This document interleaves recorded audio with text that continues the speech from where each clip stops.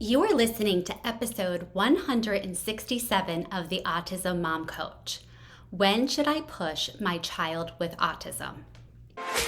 Welcome to the Autism Mom Coach Podcast. I am your host, Lisa Candera.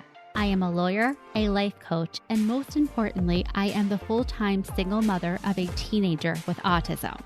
In this podcast, I am going to share with you the tools and strategies you need so you can fight like hell for your child without burning out. Let's get to it. Hello, everyone, and welcome to the podcast.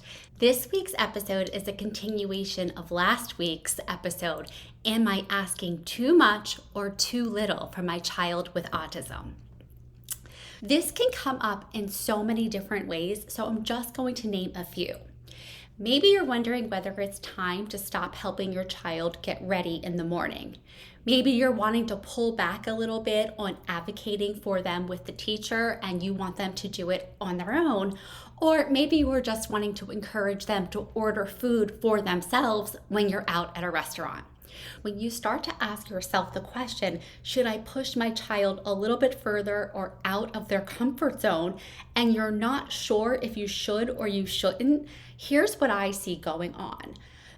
First, when you're asking yourself that question, there's this belief or there's this hope that there is a quote unquote right answer, that there is this exact right time, but there are no perfect answers. There's no Goldilocks just right moment. The second belief that I see underlying this question is that if it goes well once you do the push or the pullback of your support, then you will know that you made the right decision. And that is not correct. You could have all of the signs saying, now is the time, now they're ready, let's do this, and you still might get resistance. You still might run into issues. That is to be expected. That is not necessarily a sign that your child wasn't ready. It's a sign that they don't love change, and this is a change. I want to give you an example of this from one of my clients, Rachel. And in fact, this is a client who I interviewed a few podcasts ago. So if you want to listen to her entire story, I will link it in the show notes. At the beginning of this school year, Rachel's son was having some difficulty on the school bus and at school. And as a result of those difficulties, he was kicked off the school bus for a couple of weeks. This kiddo was struggling not just on the bus, but at school. And after a lot of work on my client's part, working with her son and working with the teachers, he got to a really good place where he was doing so well in the classroom and he was progressing. So right before Christmas, this little boy comes to my client and says, I think I'm ready to go back on the school bus. My client was willing to consider this based on a couple of months of really good behavior on her son's part and a demonstration to her that maybe now is the time. And so she talked about it with the school, she talked about it with the bus. There were lots of strategies and supports that were going into place to reintroduce her little boy to the school bus, which they did. Now, the first day, it was rocky. So mom and the school team have their heads together. They're trying to figure out new ways to support this kid so he can be successful. But after the second day, the third day, the fourth day, seeing that he wasn't having any easier of a time on the school bus, and actually the difficulty he was having on the school bus was impacting him all day at school. It was at that point that my client decided to pull back. This was not because she was getting pressure from the school or from the bus. They were still willing to work with her, but in her estimation, it just wasn't worth it. To her, having her son being present and available during the school day to learn and to grow was the most important thing. And if being on the school bus was interrupting that, it just wasn't worth it. So she made the decision to pull it back. And once she did, things went back to normal. So then the question, did she make the wrong decision by pushing him when she did? Was it too early? And the answer is no. He requested it. He was showing signs of readiness. There were indications of readiness at school. There was a plan in place. they gave it a try.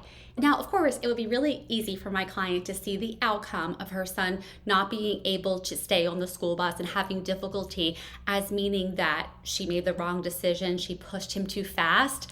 But not this client, not anymore. She's a pro at this, and she knows that all of this is just information. This is the mindset that I am encouraging you to adopt when it comes to the question, should I push my child with autism? I encourage you to take on the idea that this is all an experiment. We're going to give it a try, monitor it, evaluate, and then calibrate. That is how you do this. Because there is no Goldilocks just right moment. In fact, when it comes to decisions like this, it's really important to shift from the Goldilocks just right to it's time to break some chairs. If you remember, Goldilocks did not walk into the Three Bears cabin and find the right bed, the right chair, the right food by looking around, staring, calculating, considering in her head. No, she took action. And when she took action, she broke some chairs. And that is the same thing for us. We need to take the action and evaluate. Is this working? Is this worth it? However, if we're believing that there is a right answer, perfect time, and that if there is any friction once we do or don't do the thing, that is evidence that we were wrong, we're going to stay paralyzed. And if you're paralyzed, so is your kiddo. So again, I encourage you to shift from the idea that there is a just right time to go out and break some chairs. Experiment, gather your information, evaluate that information, and decide whether you're going to keep going forward or you're going to pull back. And remember, friction does not mean that it's the wrong time or you're not doing the right thing. Friction is part of the process of growth. It's to be expected. All right, everyone, I hope this was helpful for you, and I hope you have a great week. I will talk to you next. Thanks for listening to the Autism Mom Coach. If you are ready to apply the principles you are learning in these episodes to your life, it is time to schedule a consultation call with me. Podcasts are great, but the ahas are fleeting. Real change comes from application and implementation, and this is exactly what we do in my one-on-one coaching program. To schedule your consultation, go to my website, theautismmomcoach.com, work with me, and take the first step to taking better care of yourself so that you can show up as the parent you want to be for your child with autism.